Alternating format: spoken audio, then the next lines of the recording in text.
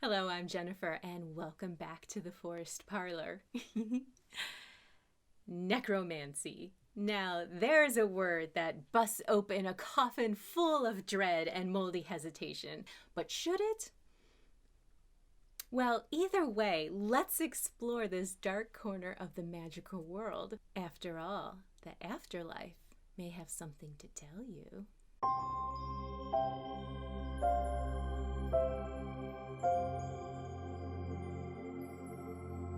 Necromancy has slowly shambled its way into becoming this catch-all term for dark dealings with physically raising the dead. Yuck. Technically, necromancy is a divination system that uses the dead to communicate information to you, because it is very much believed that the dead are no longer bound by mortal limitations, so they have special insight into the past, the future, and truths about this mysterious universe that we live in. Basically, there are two types of souls that can be summoned.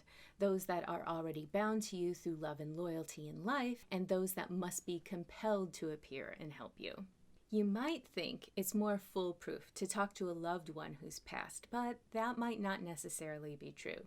If you think about it, there's no spirit ID that you can check, so do you really have proof of who you're talking to? Also, how secure is the connection? Can someone or something else jump into your call? Despite all of this, do you still want to give it a try? There are plenty of ways to contact the dead, including breaking out the old Ouija board. But you don't want to hear about that. Let's explore other options. One way to trigger a chat with the dead is said to do the following. Visit a cemetery at night to go for a bit of a stroll. You're going to want to circle the cemetery 3 times. As you do, try to stay calm and focus on your intent and the questions that you want answered. The dead will reveal themselves to you. Don't be shy. Speak up and ask your questions. A wand of iron can also be used. Bring that with you, point it at a grave, speak, and then listen carefully. It is also said that if you burn wormwood in a graveyard, it will trigger the dead to rise and speak. Don't feel like going to a graveyard or even leaving your home? Here's something you can try. Before bedtime, burn an incense combination of acacia, althea, and star anise, and let the smoke and fragrance permeate the room. Then, as you try to sleep for the night, visualize the deceased that you want to have visit you and what you need from them. From there, try to begin the dream before you even fully fall asleep. Set the stage for the spirit to come and talk to you. Another component you can try to work with is mistletoe. Mistletoe is said to unlock the doors between the living and the dead. Hold a branch of it in your hand during any sort of necromancy ritual for protection, inspiration, and successful contact. You can also try burning a combination of frankincense and sandalwood. The sandalwood lets spirits know that they are welcome, while frankincense summons angels and other protective forces. Mugwort also aids in communication with the dead.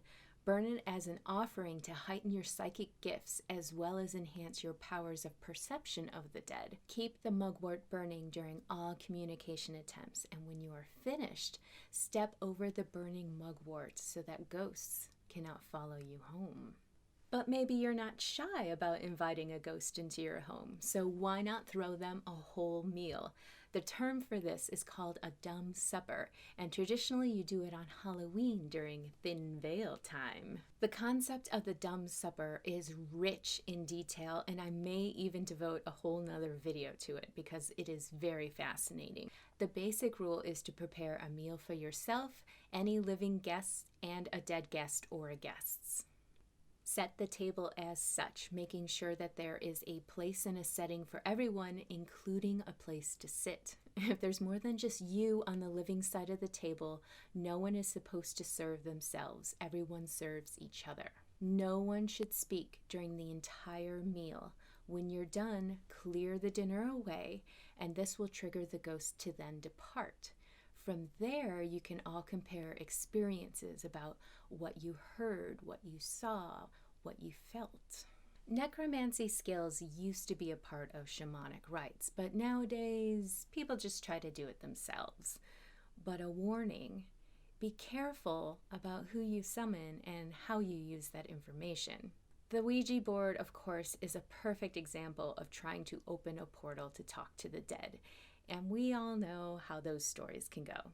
Necromancy should always be preceded by intense cleansing and protection spells. Fasting might also be a really good idea, as well as wearing or carrying with you protective amulets. That said, if you have communicated with the dead, I would love to hear that story, so please leave a comment on this video. And while you're there, please like and subscribe. It is a frighteningly easy thing to do, and it supports my work so much. That's it for now. I hope you're having a ghoulish October. And have you checked out my paranormal podcast yet?